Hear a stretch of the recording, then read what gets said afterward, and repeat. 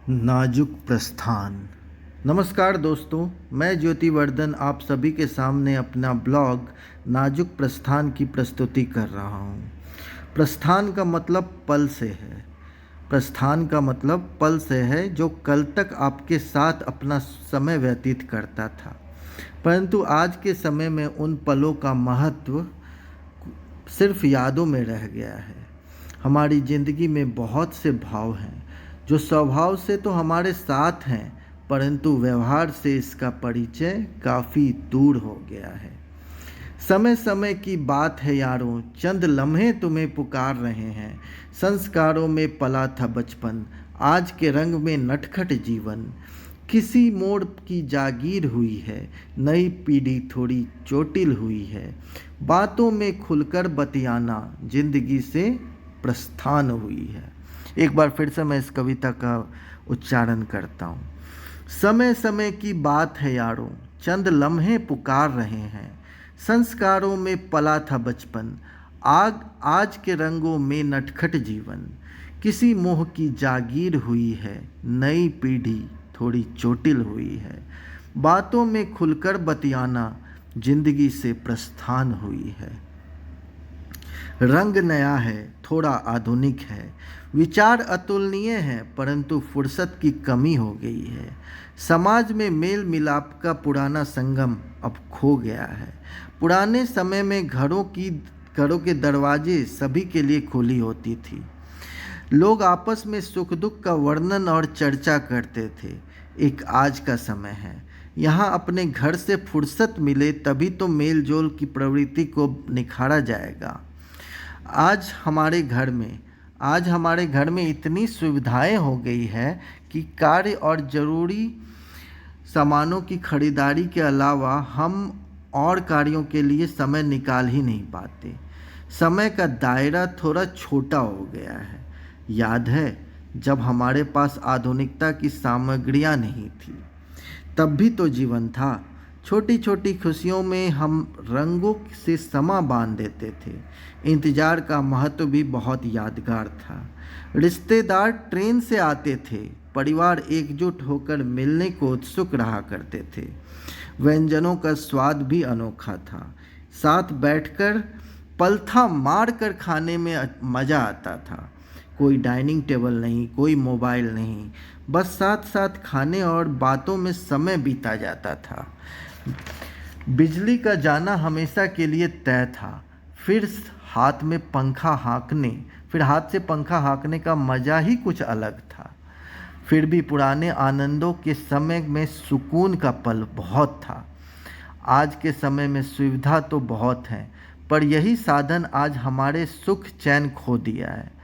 मैं अपनी ज़िंदगी में कुछ प्रसंगों को अब भी बुलाना चाहूँगा। एक समाज का एक नागरिक अपने आसपास में रहने वाले अन्य समाज के वर्गों से मेल जोल बढ़ाए।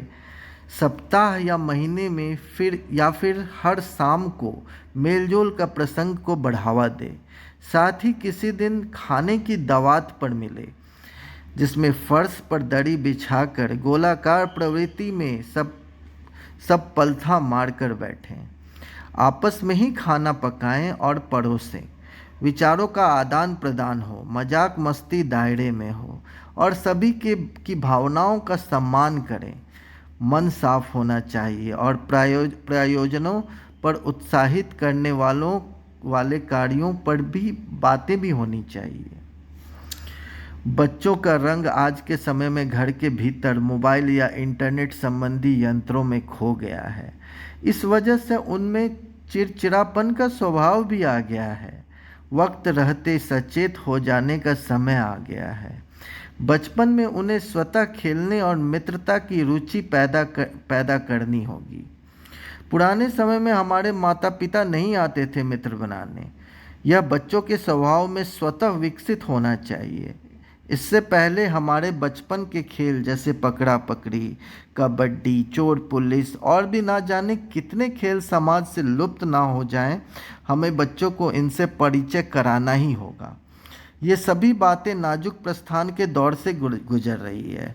पहले अभाव में हम खुद खुशियाँ ढूंढ लेते थे और आज के समय में हमारे साधन इतने हैं कि चार दीवारियों से बाहर ही ना जा सकें महीनों तक। कुछ तुम बढ़ो कुछ हम बढ़े, बढ़े हम साथ तुम्हारे, कुछ तुम बदलो कुछ हम बदलें, बदल दे यह सुस्त आनंद। मिलकर बसाएं समाज का आंगन, प्रांगण में फैलाएं फूल, कुछ पुष्पों में पुष्प भरकर सजाएं मंदिर का नवद्वार। आशीर्वाद हमने बड़ों से प्राप्त किया है। पुराने समय में गुरु, माता पिता, अतिथि और जो भी बड़े होते थे, उनके चरणों को छूकर बच्चे आशीर्वाद लिया करते थे। समाज में यह परंपरा के उदाहरण अब छूट गए हैं। चरण स्पर्श संस्कार आज के बच्चों में छूट रहे हैं। पहले यह क्षण आनंदित होता था, एक आज का क्षण है जिसमें पल तो है, बस एहसास की कमी है। बच्चे हमसे ही सीखते हैं और हमारे स्वभाव को ही अपनाते हैं, तभी तो वह स्वभाव में अपने मुताबिक बदलाव भी करते हैं। हमारे समाज में आज भी ईर्ष्या, जलन और भेदभाव को बहुत हद तक सम्मान दिया जाता है। लोग एक दूसरे से प्रेम भाव से ना मिलकर ज़रूरत के लिए संपर्क स्थापित करने की कोशिश भी करते हैं। हमारे रोज़ की बातें बच्चे भी सुनते हैं और वह क्या समझ रहे हैं यह हम अवलोकन भी नहीं कर पाते।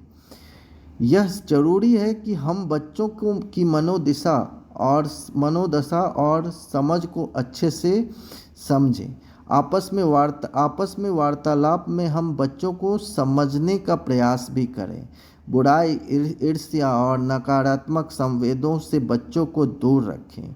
जब तक हम खुद नहीं बदलेंगे, दूसरों के प्रति अपने व्यवहार को नहीं बदलेंगे, सम्मान को प्राथमिकता नहीं देंगे, तब तक बच्चे हमारे स्वभाव को नहीं अपनाएंगे। बच्चों में स्कूल और घर दोनों जगह पर डिसिप्लिन पढ़ाया और अपनाया जाता था। यह बचपन में स्कूल और घर दोनों जगह पर डिसिप्लिन पढ़ाया और अपनाया जाता था। आज के समय में स्कूल ही घर में खुल गया है और बच्चों में अनुशासन की कमियां पनप रही है। अनुशासन किसी को कमज़ोर नहीं, दृढ़ बनाता है और आज के समय में इसका होना आवश्यक है। ऐसी बहुत सारी चीज़ें हैं जो मेरे अंदर चेतना बनकर उभर रही है, जो बहुत सारी संस्कृतियाँ, पुरानी संस्कृतियाँ, जिसका मैं आगे की पंक्तियों में इसका वर्णन करूँगा मेरे अगले संदेश में, जिसमें बहुत सी बातें हैं जो आज के समय में लुप्त हो रही है, प्रस्थान कर रही है, मतलब उनका वर्चस्व खत्म हो गया है। मैं इन बातों को आगे के ब्लॉग में आप लोगों के सामने प्रदर्शित करूँगा। तब तक के लिए आप बता सकते हैं कि आपको यह ब्लॉग कैसा लगा। इसी के साथ धन्यवाद। ज्योतिवर्धन।